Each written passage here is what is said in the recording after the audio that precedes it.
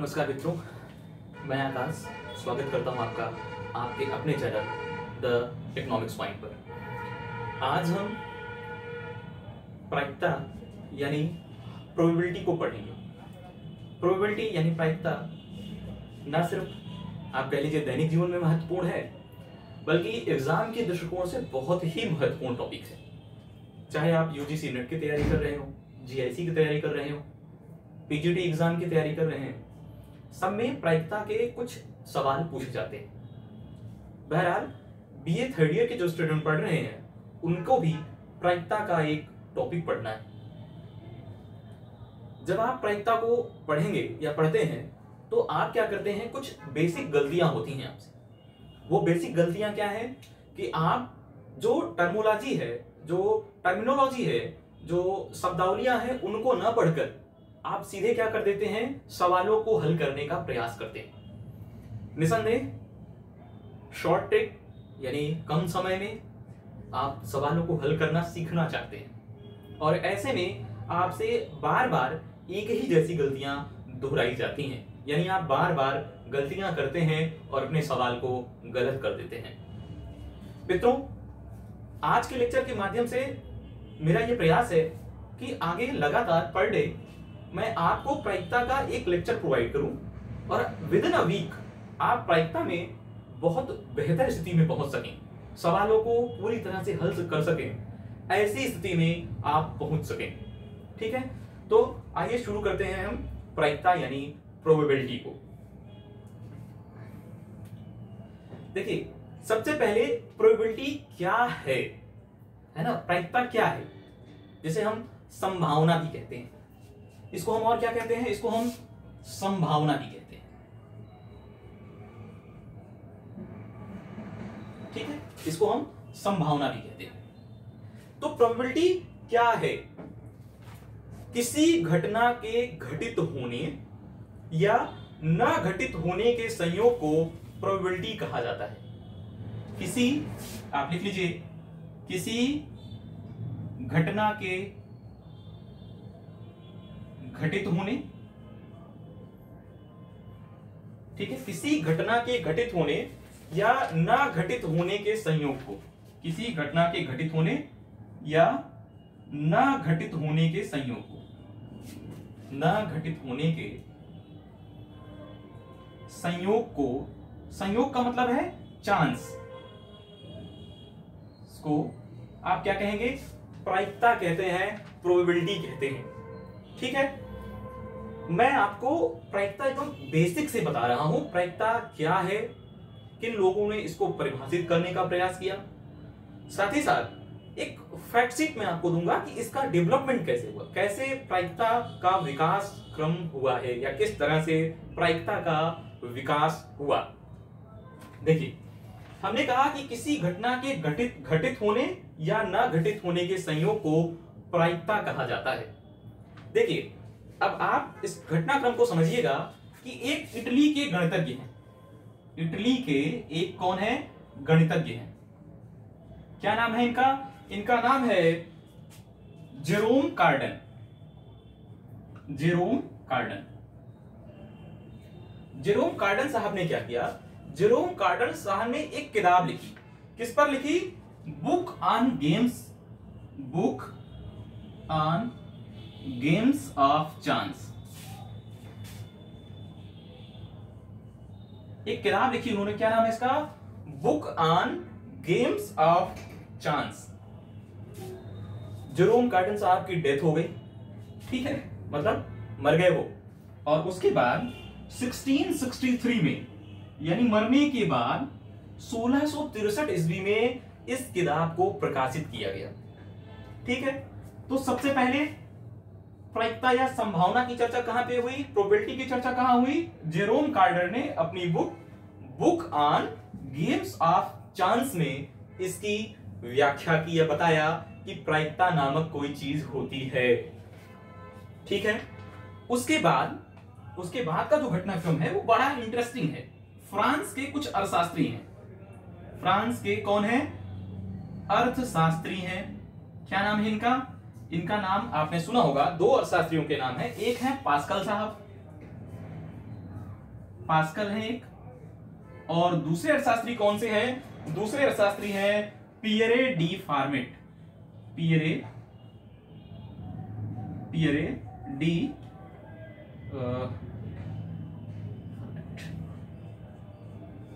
Format. इन दोनों ने क्या किया?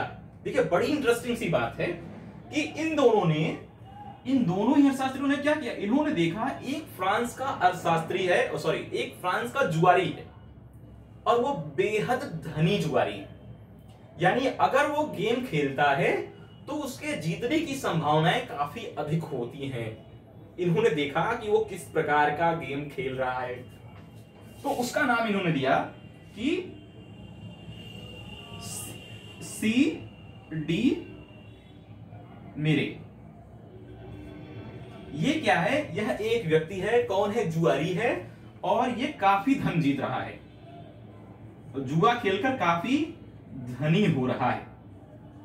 तो पास्कल और पियरे डी ने क्या सोचा? इन्होंने सोचा भाई ये कैसे हो रहा है। तो ये कौन सा खेल खेल रहा था? सबसे पहले ये खेल रहा था पासे का एक खेल। पासा मतलब डाइस। क्या खेल रहा था? पासा खेल रहा था, डाइस। और उस डाइस में कैसा खेल खेल रहा था? डाइस में देखिए, डाइस में 6 नंबर होते हैं, 1 2 3 4 5 और 6। लूडो में जो खेलते हैं ना वो डाइस, उसमें 1 2 3 4 5 6 अंक होते हैं।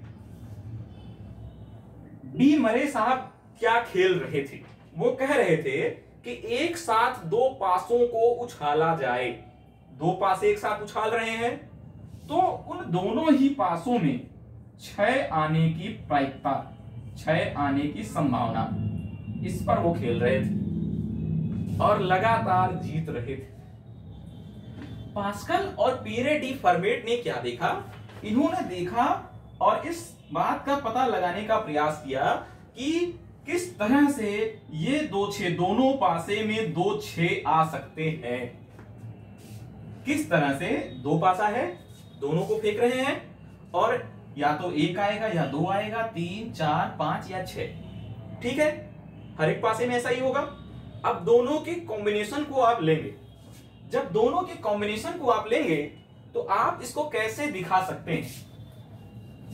आप इसको दिखा सकते हैं कि मान लीजिए पहले पासे में 1 आया, दूसरे में भी 1 आया, इसी तरह से पहले में 1 आया, दूसरे में 2, पहले में 1 दूसरे में 3, पहले में 1 दूसरे में 4, पहले में 1 दूसरे में 5, और पहले में 1 ही आया और दूसरे में 6 आ गया। ठीक है, इसी तरह से आप 2 को लेके देखेंगे, 2 1 2 2 3 1 4 1 5 1 और 6 1। लास्ट में क्या आ जाएगा? 6 6 यहां पे। तो पास्कल और पियरे डी फॉर्मेट ने क्या कोशिश की? इन्होंने देखने का प्रयास किया कि सी डी मेरे कैसे बार बार अपने आप को जुए में सही साबित कर पा रहा है, क्या या किस तरह से इस समस्या का निर्धारण हो कि वह कैसे विजेता बन रहा है। तो 6 6 आने की प्रायिकता है ना, 6 6 आने की संभावनाओं को देखना चाहते थे ये। इसके बाद इसमें किन अर्थशास्त्रियों ने अपना योगदान दिया? यानी आप ये समझिए कि प्रायिकता को विकसित करने में किन किन अर्थशास्त्रियों ने अपना योगदान दिया है। कौन कौन से अर्थशास्त्री हैं जिन्हें आप प्रायिकता के लिए जानते हैं या जानेंगे? देखिए इसमें से कुछ नाम है, जैसे जेम्स बर्नौली का। जेम्स बर्नौली, पहला नाम कौन सा हो गया? जेम्स बर्नौली का। आप बर्नौली थ्योरम पढ़ेंगे इनसे संबंधित। दूसरा जो नाम है, दूसरा नाम है ए डी मायर का। ए डी मायर का। ग्रेजुएशन के बच्चे ए डी मायर को शायद अभी ना पढ़ें, या उन्होंने बीए फर्स्ट ईयर में इसको पढ़ा होगा। बहुत बार सवाल पूछते हैं यूजीसी नेट में भी कि ए डी मायर ने क्या दिया है, तो इन्होंने दिया है प्रसामान्य वक्र, नॉर्मल कर्व इन्होंने ही दिया है। ठीक है, तीसरा नाम आप क्या पढ़ते हैं? तीसरा नाम आप पढ़ते हैं थॉमस बेज को। थॉमस बेज, इससे संबंधित आप थ्योरम पढ़ते हैं, बेज थ्योरम। प्रोबेबिलिटी नहीं है ये सब, फिर आप किसको पढ़ेंगे, लाप्लास को पढ़ेंगे कि लाप्लास कौन है। ये भी एक अर्थशास्त्री हैं जिन्होंने प्रायिकता में अपना योगदान दिया। और फिर हैं R.A. फिशर। और भी बहुत से अर्थशास्त्री हैं। ये 5 प्रमुख अर्थशास्त्री हैं जिन्होंने प्रायिकता से संबंधित अपने विचारों को व्यक्त किया है। देखिए, अब जो ताश खेलते थे, जो पासा खेलते थे, उनको हम क्या मानते हैं, प्रायिकता का जनक। जितने जुआरी हैं वो सब कौन है, प्रायिकता के जनक हैं, फादर ऑफ प्रोबेबिलिटी। लेकिन वर्तमान दौर में आप देखिए कि प्रायिकता बेहद महत्वपूर्ण है, प्रोबेबिलिटी बेहद महत्वपूर्ण है। किसी भी एनालिसिस को करने में प्रायिकता का प्रयोग होता है। कैसे होता है, जैसे मान लीजिए आप किसी एग्जाम की तैयारी कर रहे हैं, तो सबसे पहले तो यही संभावना है कि आपने फॉर्म अप्लाई किया कि नहीं किया। आप एग्जाम में बैठे नहीं बैठे, हर जगह देखिए संभावनाएं हैं। 2 संभावनाएं देखिए आपके पास हैं। आप एग्जाम में उत्तीर्ण हुए नहीं हुए, है ना। तो संभावनाओं का प्रयोग प्रत्येक व्यक्ति के दैनिक जीवन में भी हो सकता है। और जब वर्तमान दौर में आप इसका प्रयोग करते हैं तो आप देखते हैं कि सफलता है या असफलता है। यही है ना, 2 तरह की स्थितियां हो सकती हैं, सफलता या फिर असफलता। इतनी बात आपको समझ में आ गई होगी कि प्रायिकता क्या है। हमने बताया कि प्रायिकता क्या है। प्रायिकता एक चांस है सफलता और असफलता का, है ना। यानी घटना के घटित होने या घटना के न घटित होने का जो संयोग है वो क्या कहलाता है, वो प्रायिकता यानी प्रोबेबिलिटी कहलाता है। देखिए, अब कुछ अर्थशास्त्रियों की डेफिनेशन है जो उन्होंने दी है, मैं उनको लिख देता हूं, आप नोट कर लीजिएगा। देखिए, मैं आपको फिर से बता दूं कि मैं प्रायिकता को बहुत बेसिक से पढ़ा रहा हूं। अगर आप प्रायिकता को बेसिक से एक इंट्रोडक्शन के रूप में आज की क्लास ले रहा हूं, मैं आपको कारण बता दूं। प्रायिकता के सवाल कई बार हम बहुत आसानी से हल कर लेते हैं, लेकिन उन प्रश्नों के पीछे छिपी जो जानकारियां होती हैं, जो शब्द होते हैं, उनकी जानकारी हमें नहीं होती। हम क्या करते हैं, हमने किसी ने बता दिया कि ये ट्रिक है भाई, इसका इस्तेमाल करो, हम कर लेते हैं, आंसर आ जाता है। लेकिन अधिकांशतया आप गलत भी हो जाते हैं। क्योंकि सवाल इसमें अवधारणात्मक होते हैं। कॉन्सेप्ट आपका क्लियर होना चाहिए, किस शब्द का क्या अर्थ है। चलिए आप नोट कर लीजिए प्रायिकता क्या है। तो अलग अलग अर्थशास्त्रियों ने जो डिफिनेशन दी है, जो परिभाषित किया है इसको, सांख्यिकी अनिश्चितता की दशा में, अनिश्चितता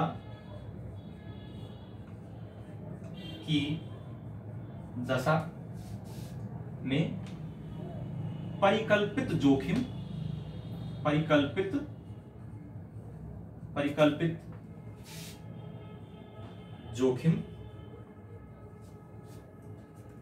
के साथ, परिकल्पित जोखिम के साथ निर्णयन का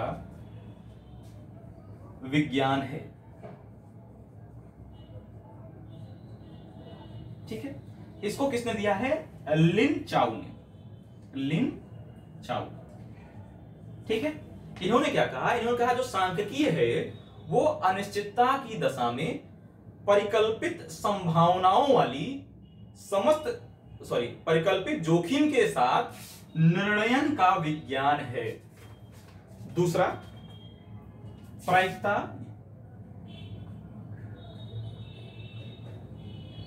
अनुकूल घटनाओं का देखिए, कई एग्जाम में सीधे पूछ लिया जाता है स्टेटमेंट देके कि ये कथन किसका है।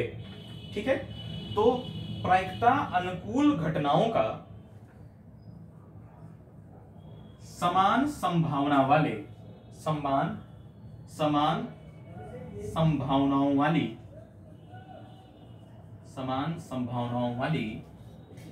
समस्त घटनाओं के साथ अनुपात है। समस्त घटनाओं के साथ अनुपात है। ठीक है, इसे किसने परिभाषित, ये परिभाषा किसने दी है? लाप्लास ने दी। देखिए लाप्लास ने जो ये परिभाषा दी है इसी को हम कहते हैं सैद्धांतिक प्रायिकता, थ्योरेटिकल प्रोबेबिलिटी, सैद्धांतिक प्रायिकता है ये। इसी को और हम क्या कहते हैं? इसी को हम कहते हैं क्लासिकल प्रायिकता, यानी क्लासिकल प्रोबेबिलिटी। ठीक है, लाप्लास ने क्या कहा है? देखिए इनके हिसाब से जो प्रायिकता है वो क्या होगी? इन्होंने कहा अनुकूल घटनाओं का, यानी ऊपर क्या हो जाएंगी? अनुकूल घटनाएं हो जाएंगी, नीचे क्या हो जाएगा? समान संभावनाओं वाली समस्त घटना, यानी जितनी घटनाएं घटित हो सकती थी, यानी समस्त घटनाएं। ठीक है, इनका जो आनुपातिक स्वरूप होता है समस्त घटनाएं, समस्त संभावित घटनाएं आप लिख लीजिएगा। जो प्रयोग आप कर रहे हैं उसमें समस्त संभावित घटनाएं क्या है? अनुकूल घटना और समस्त संभावित घटनाओं का जो अनुपात होता है उसको ये क्या कह रहे हैं? प्रायिकता कह रहे हैं। ठीक है, ये लाप्लास का है, इसे ही सैद्धांतिक प्रायिकता या फिर क्लासिकल प्रायिकता, क्लासिकल प्रोबेबिलिटी भी कहा जाता है। चलिए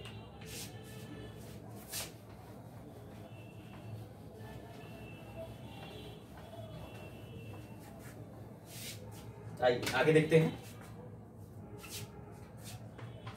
अब एक और शास्त्री उन्होंने क्या कहा? उन्होंने कहा जो प्रायिकता है, प्रायिकता अनिश्चित घटनाओं के बारे में, अनिश्चित घटनाओं के बारे में, अनिश्चित घटनाओं के बारे में मस्तिष्क की एक स्थिति है, मस्तिष्क की एक स्थिति है। इसका मतलब क्या है? इन्होंने कहा कि ये अनिश्चित घटनाएं हैं। कैसे? देखिए प्रायिकता मतलब मैंने कहा संभावना। आपके पास एक सिक्का है, एक क्वाइन है, कोई क्वाइन है आपके पास, उसमें हेड हो आता है या फिर टेल आता है। आप उसको उछालेंगे, सिक्के को उछालेंगे, या तो हेड आएगा या फिर टेल आएगा। दो संभावनाएं हैं, अनिश्चित है, आपको पता नहीं है उछालने पर सिक्के में हेड आएगा कि टेल आएगा। तो ये कैसी है? अनिश्चित है। और इसी के बारे में मस्तिष्क की एक स्थिति है। आप पता लगाने का प्रयास करते हैं कि हेड आएगा कि टेल आएगा। ये किसने कहा है? इसे दिया है कॉर्नर ने, कॉर्नर, CONNER, कॉर्नर। ठीक है, कॉर्नर ने इसे परिभाषित किया है। देखिए मैं आपको फिर से बता दूं, प्रायिकता के ये एक है ना, एक होता है इंट्रोडक्शन। तो ये आज की क्लास जो है इंट्रोडक्शन के रूप में है, लेकिन आपको इसके साथ साथ कुछ टर्मिनोलॉजी, कुछ शब्दावलियों से भी हम परिचित कराएंगे। आपको बताएंगे कि इन शब्दों के क्या मायने होते हैं। आइए आप लिख लीजिए टर्मिनोलॉजी, उसमें आप पहला लिखिए यादृच्छिक प्रयोग। पहला आप लिखिएगा यादृच्छिक प्रयोग, यानी रैंडम एक्सपेरिमेंट।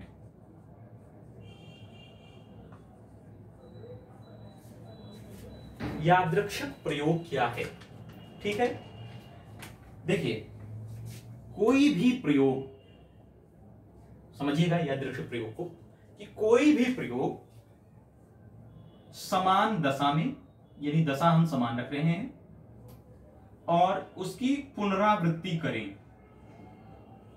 ठीक है, हम एक एक्सपेरिमेंट कर रहे हैं जिसमें हमने क्या किया है, जैसे कोई प्रयोग है उसमें हमने क्या किया, समान दशा रखी है, उसको दोहरा रहे हैं, उसको बार बार कर रहे हैं, पुनरावृत्ति कर रहे हैं, और हम पा रहे हैं कि जो परिणाम है वो कैसा मिल रहा है हमको? वो अनिश्चित मिल रहा है ना, सर्टेन नहीं है, निश्चित नहीं है, अनिश्चित मिल रहा है। इसका मतलब क्या है? जो परिणाम अनिश्चित है, मतलब आप इसको और बेहतर भाषा जो लिखी मिलती है कि अद्वितीय नहीं है, यूनिक नहीं है, यूनिकनेस नहीं है। ठीक है, यूनिकनेस नहीं है, अद्वितीय नहीं है। तो जब परिणाम अनिश्चित है, अद्वितीय है, तो उसको हम कहेंगे, क्या कहेंगे हम? यादृच्छिक प्रयोग कहेंगे, रैंडम एक्सपेरिमेंट कहेंगे। देखिए, परिणाम अनिश्चित का मतलब क्या है? ऐसा नहीं कि कुछ भी आ जाएगा। परिणाम जो संभावित हैं, संभावित परिणामों में से कोई एक मिलेगा, कोई एक होगा, लेकिन कौन सा होगा ये कहा नहीं जा सकता है। कैसे? जैसे मान लीजिए एक सिक्का है आपके पास, आप उसको उछालते हैं, उछाला आपने सिक्के को, सिक्का हेड आएगा कि टेल आएगा? परिणाम अनिश्चित है, आपको नहीं पता है हेड आएगा कि टेल आएगा। तो इस तरह का जो एक्सपेरिमेंट होता है उसको आप क्या कहते हैं? यादृच्छिक प्रयोग कहते हैं, रैंडम एक्सपेरिमेंट कहते हैं। कौन सा आ जाएगा, हेड आ जाएगा, टेल आ जाएगा, आपको नहीं पता है। तो दो बातें निकल के आपके सामने आई है ना, यादृच्छिक प्रयोग में, रैंडम सैंपलिंग में आपके पास दो बातें निकल के सामने आई। यादृच्छिक प्रयोग, थोड़ा अलग करके मैं इसको दिखाने की कोशिश कर रहा हूं। प्रयोग का मतलब क्या है? प्रयोग का मतलब है कि परिणाम जो है अभी मिला नहीं है, परिणाम का निर्धारण अभी नहीं हुआ है, यानी परिणाम का निर्धारण अभी नहीं हुआ है या अभी किया जाना है। ठीक है। यादृच्छिक का मतलब क्या निकल के आएगा? यादृच्छिक का मतलब निकल के आएगा कि कोई विशिष्ट या विशेष परिणाम नहीं आना है, कोई विशेष परिणाम नहीं है, यानी कंफर्म नहीं है कि हेड आएगा, है ना? हेड भी हो सकता है, टेल भी हो सकता है। तो इसीलिए हमने कहा कि कोई विशेष परिणाम नहीं है।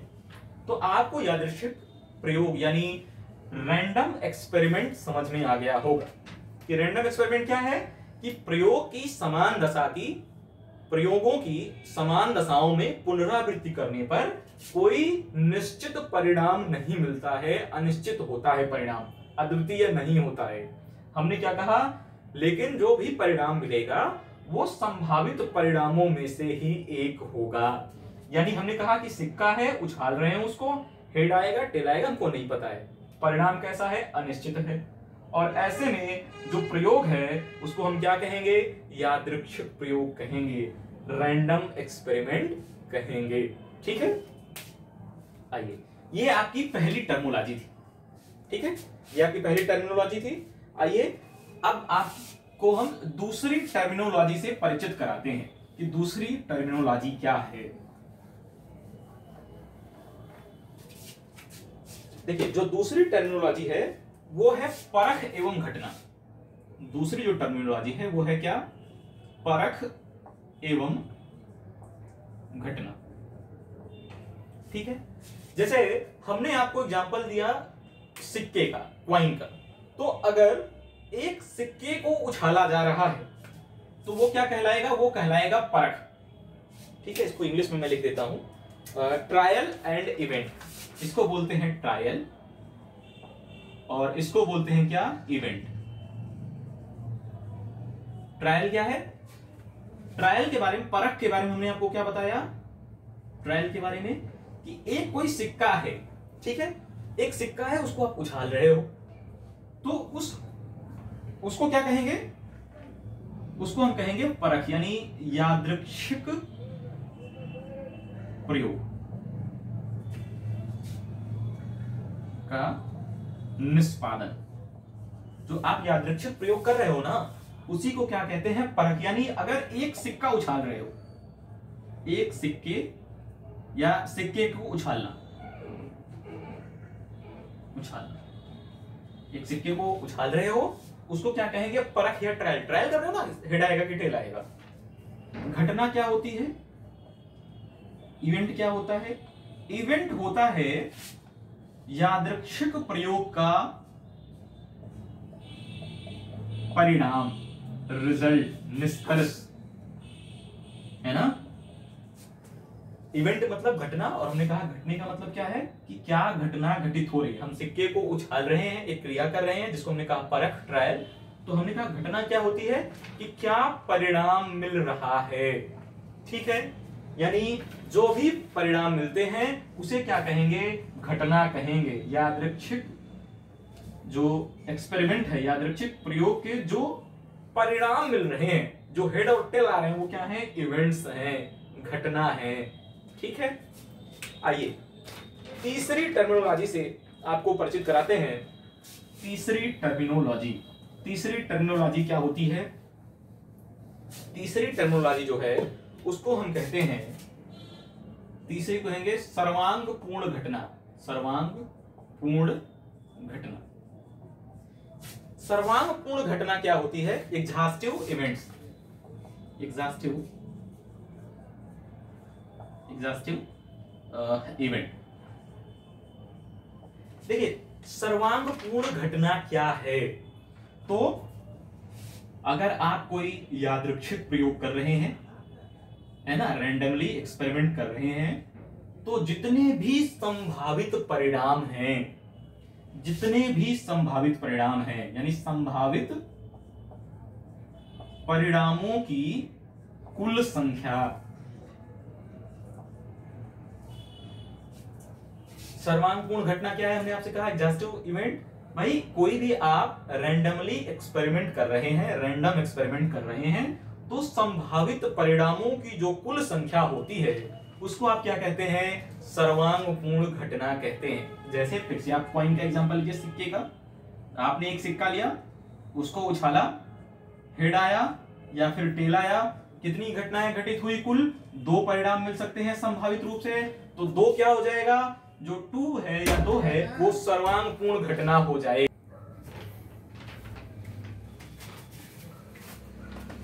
चलिए देखते हैं अनुकूल घटनाएं क्या होती हैं।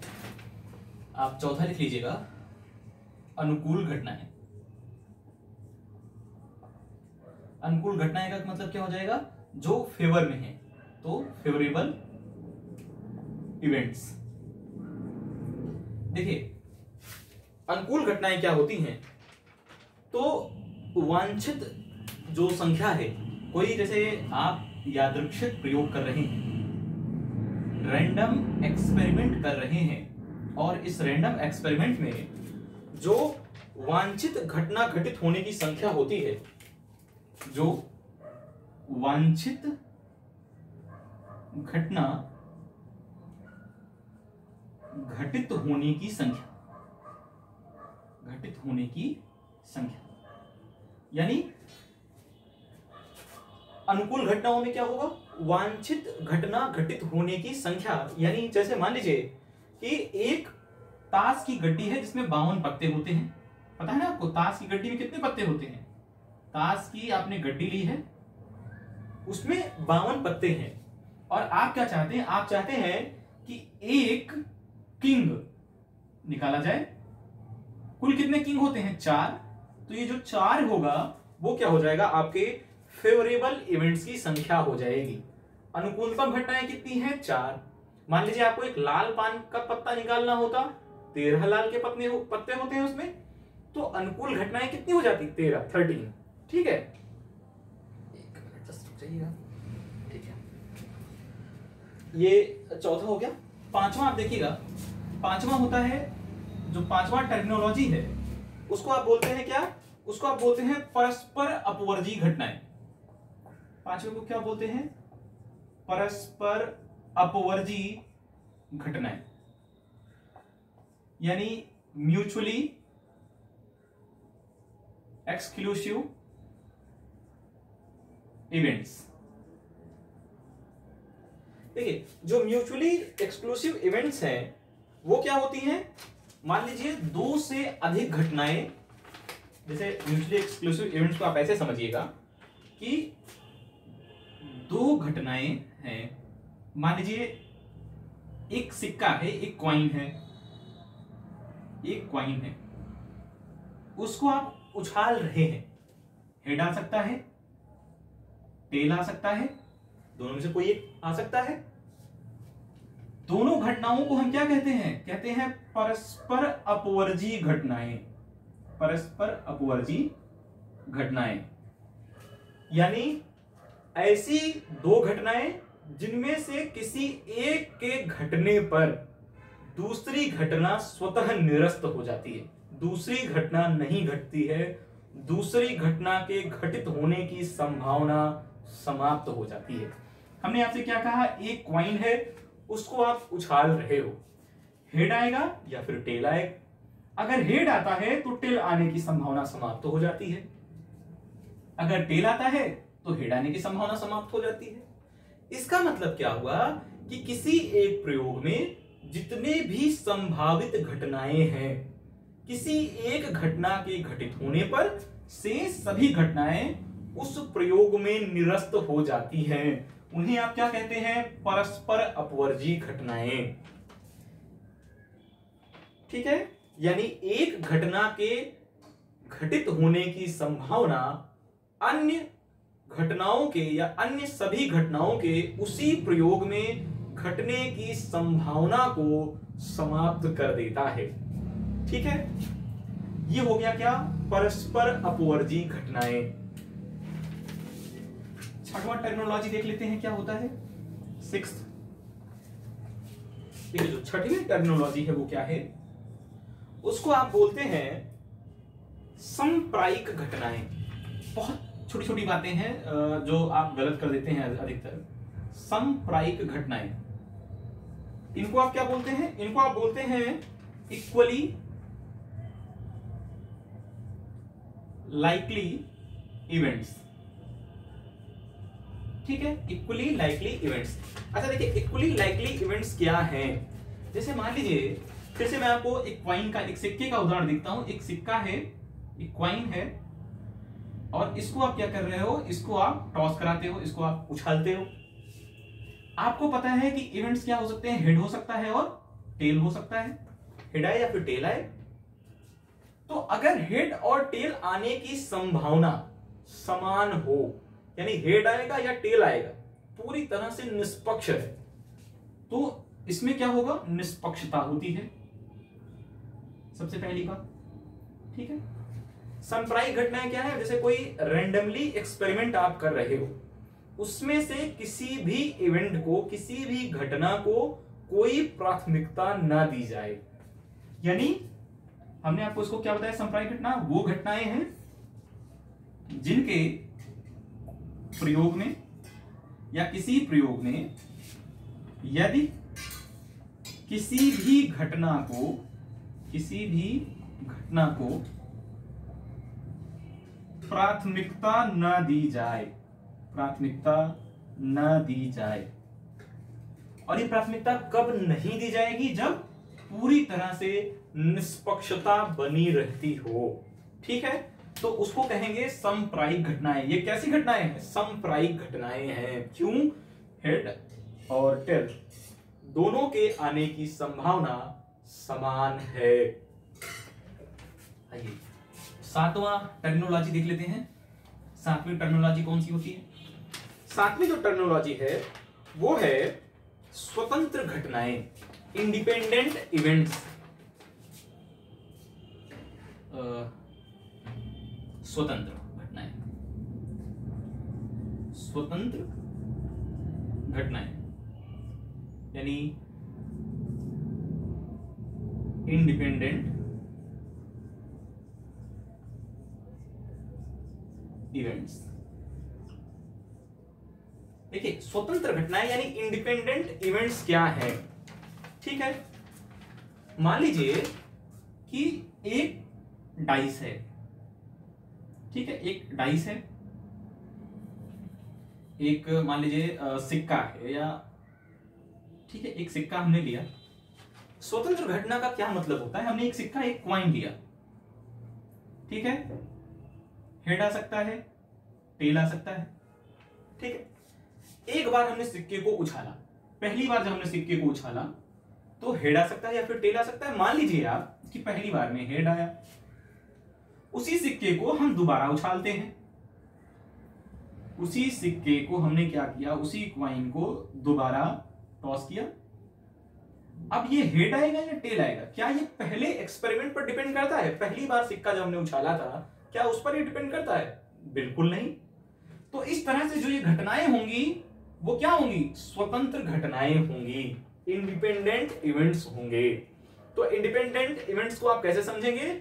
यदि एक घटना घटित होने पर अन्य किसी भी परिणाम को प्रभावित ना करे। एक घटना घटित होने पर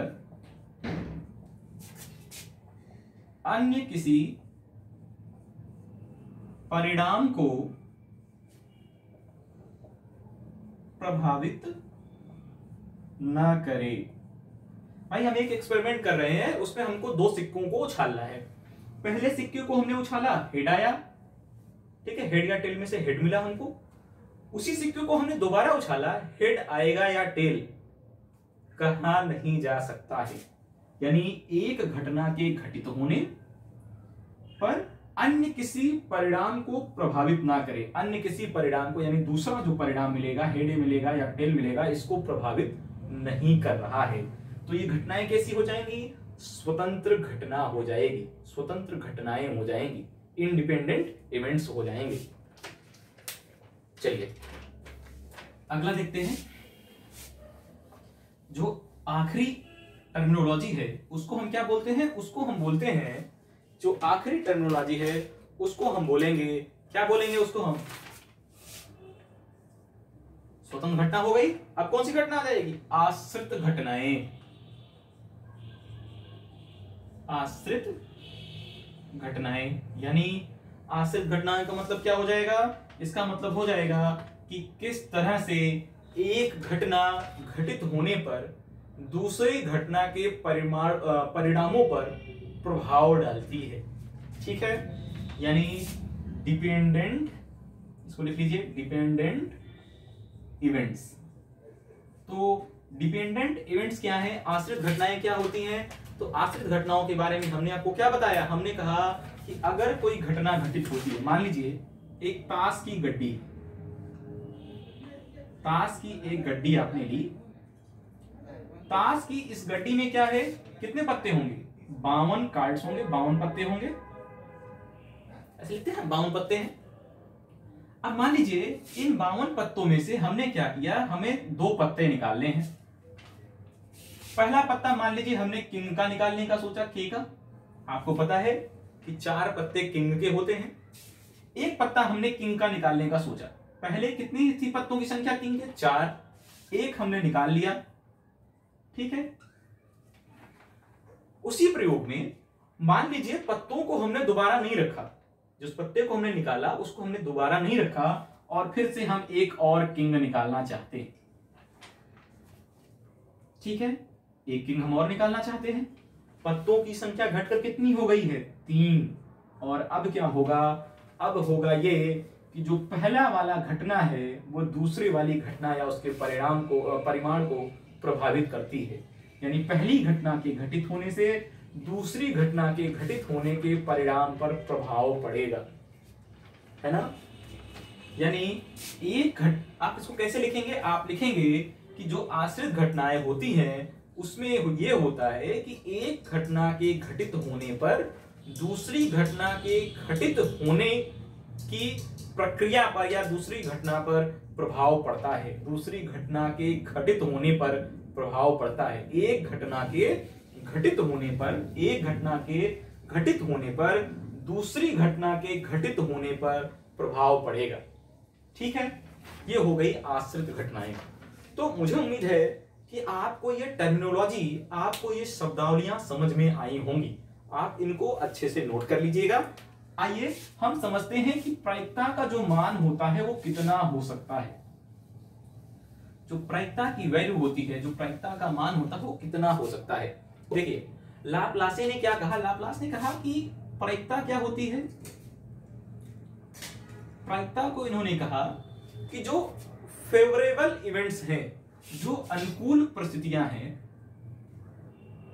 अनुकूल परिस्थितियों की संख्या, अनुकूल परिस्थितियों की संख्या,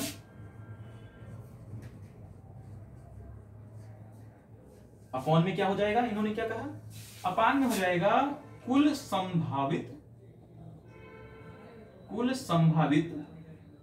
परिस्थितियों की संख्या, कुल संभावित परिस्थितियों की संख्या। ठीक है, लैपटॉप में ये परिभाषा दी थी।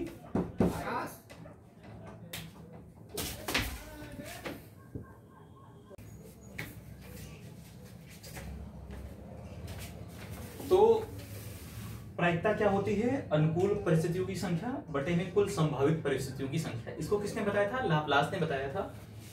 तो यहां से जो वैल्यू निकलती है या प्रायिकता की जो वैल्यू प्राप्त होती है आपको, वो प्राप्त होती है 0 से 1 के बीच में। ठीक है, 0 से 1 के बीच का मतलब है कि 0 भी हो सकता है, 1 भी हो सकता है, और अच्छे से कहा जाए और 0 से 1 के बीच तो होगा ही होगा। यानी प्रायिकता 3 तरह से आपको मिल सकती है। 0 मिल जाए भाई, अगर कोई फेवरेबल इवेंट्स है ही नहीं, कोई भी अनुकूल प्रायिकता है ही नहीं, तो ऐसे में जो इवेंट्स, इसको मैं लिख देता हूं, घटना के घटित होने अगर निश्चित है, अगर मान लीजिए इतना डिस्टर्बेंस है यार, घटना घटित होने की प्रायिकता, होने की निश्चितता अगर निश्चित है, निश्चितता, ठीक है, तो प्रायिकता की वैल्यू 1 के बराबर आएगी। अगर घटना घटित होना पूर्णतया अनिश्चित है, पूर्णतया अनिश्चित है या नहीं हो रहा है, तो ऐसे में वैल्यू क्या आ जाएगी, प्रायिकता की वैल्यू 0 आ जाएगी। देखिए हमने क्या कहा कि प्रायिकता का जो मूल्य होता है वो 0 से 1 या 0 या 1, इसको आप कैसे दिखाते हैं, डिनोट कैसे करते हैं, P इज ग्रेटर देन 0 या इक्वल का साइन हमने लगा दिया, फिर हमने क्या लिखा, P इज लेस देन 1 या इक्वल 1। ठीक है, यहां से क्या मिल गया, प्रायिकता 0 हो सकती है, 1 हो सकती है, या 0 से 1 के बीच कोई संख्या हो सकती है। ठीक है, तो ये प्रायिकता की वैल्यू आपको मिल गई। देखिए मोटा मोटा मैं आपको क्या बताने की कोशिश कर रहा था, प्रायिकता क्या है, मैंने आपको बताया, कुछ टर्मिनोलॉजी बता दी, कुछ शब्दावलियां बता दी। देखिए जो एक सामान्य सी परिभाषा या एक जो सामान्य सा जो फार्मूला है, जो सामान्य सा सूत्र है प्रायिकता का, वो क्या है कि मान लीजिए कोई प्रयोग है, कोई रैंडमली एक्सपेरिमेंट हो रहा है जिसमें अनुकूल परिस्थितियों की संख्या, अनुकूल परिस्थितियों की संख्या, अनुकूल परिस्थितियों की संख्या कितनी है, मान लीजिए m है। ठीक है, अनुकूल परिस्थितियों की संख्या हमने कितनी मान ली है, m मान ली है, और ये जो अनुकूल परिस्थितियां हैं, जो अनुकूल घटना है, उसके न मिलने की संभावना यानी असफलता की संभावना, अनुकूल परिस्थितियों की असफलता यानी अनुकूल परिस्थितियां न मिलने की संभावना, यानी अगर कोई घटना है वो असफल हो रही है n रूप में, है ना, कोई घटना है, मान लीजिए जैसे एक एग्जांपल लेके देखिए, कोई क्वाइन है, हेड आएगा टेल आएगा, ठीक है, मान लीजिए आपने क्या कहा, आपको टेल चाहिए, आपको क्या चाहिए, टेल चाहिए, तो अनुकूल परिस्थितियों की संख्या को हमने m मान लिया है, और अगर वो अनुकूल परिस्थिति यानी टेल नहीं मिल रहा है तो क्या संख्या, असफलता की संख्या क्या है, उसको हमने n मान लिया है। तो एक फार्मूला सामान्य सा हम जनरेट करने का प्रयास कर रहे हैं। तो घटना के घटित होने की संभावना, घटना के घटित होने की संभावना, तो जो घटना के घटित होने की संभावना है वो क्या है, घटना के घटित होने की संभावना क्या होगी, अनुकूल परिस्थितियों की संख्या, अनुकूल परिस्थितियों की संख्या बटे में क्या हो जाएगा, बटे में हो जाएगा कुल संभावित परिस्थितियों की संख्या, कुल संभावित परिस्थितियों की संख्या। देखिए अनुकूल परिस्थितियों की संख्या को आपने क्या मान लिया है, m मान लिया है। कुल संभावित परिस्थितियों की संख्या, कितनी परिस्थितियां संभावित हो सकती हैं, सफल असफल दोनों। सफल परिस्थितियां कितनी हैं, m है, और जो असफलता है उस घटना को प्राप्त करने में जो असफल परिस्थितियों की संख्या है, उस घटना को प्राप्त करने में जो असफल परिस्थितियों की संख्या है वो कितनी हमने मान ली है, n मान ली है। तो कुल परिस्थितियां कितनी हो गई, सफल और असफल दोनों जोड़ दीजिए, m प्लस n। यहां से आपको प्रायिकता की वैल्यू मिल जाएगी। प्रायिकता का जो फार्मूला निकल के आया वो निकल के आया कि घटना के घटित होने की स्थिति में जो प्रायिकता होगी वो m/m प्लस n होगी। यहां से एक बात और आप क्या कह सकते हैं, घटना के न घटित होने की प्रायिकता, घटना के न घटित होने की प्रायिकता, यानी घटना घटित नहीं होगी, घटना के न घटित होने की प्रायिकता। फिर हमने कहा घटना न घटित हो, इसकी क्या संभावना है, ये हम पता करने जा रहे हैं। तो संभावना क्या होगी, सबसे पहले असफल, यानी घटना के न घटित होने की संख्या क्या है, घटना के न घटित होने वाले परिस्थितियों की संख्या को हमने क्या मान रखा है, n मान रखा है। तो n अपान कुल संभावित परिस्थितियों की संख्या यानी n/m प्लस n। तो ये क्या हो जाएगा, n/m प्लस n। ठीक है, तो ये आज की क्लास क्या हो गई, आज की क्लास पूरी तरह से इंट्रोडक्टरी क्लास थी। आप ये समझ पाए कि प्रोबेबिलिटी क्या है, किस तरह से इसमें कौन कौन से टर्मिनोलॉजी इस्तेमाल होती है, कौन कौन सी शब्दावलियां प्रयोग होती हैं। साथ ही साथ हमने आपको ये बताने की कोशिश की कि प्रोबेबिलिटी की जो वैल्यू होती है वो 0, 1 या 0 से 1 के मध्य कोई संख्या होती है। फिर हमने आपको बताने की कोशिश की कि मान लीजिए कि अनुकूल परिस्थितियों की संख्या, कोई घटना है, कोई प्रयोग कर रहे हैं आप, उसमें उस घटना के घटित होने की संभावना, कोई आपने एक्सपेरिमेंट किया, उसमें आपने क्या दिया, देखा कि अनुकूल परिस्थितियों की संख्या यानी उस घटना के घटित होने की संख्या m है, उस घटना के न घटित होने की संख्या कितनी है, यानी वो घटना न ही घटित हो रही, मतलब असफलता कितनी है, n है। ऐसे में घटना के घटित होने की जो प्रायिकता है वो m/m प्लस n होगी, और घटना के न घटित होने की प्रायिकता n/m प्लस n होगी। तो आज के क्लास में इतना ही। अगले क्लास में हम प्रायिकता के कुछ प्रमेयों के साथ सवालों को, जो संबंधित सवाल चाहे वो ग्रेजुएशन के एग्जाम में पूछे जाते हैं, चाहे वो यूजीसी नेट या पीजीटी वगैरह के एग्जाम में पूछे जाते हैं, उन पर हम विश्लेषण करते हुए, उन सवालों को हल करते हुए आगे बढ़ेंगे। आज की क्लास में इतना ही। Thank you.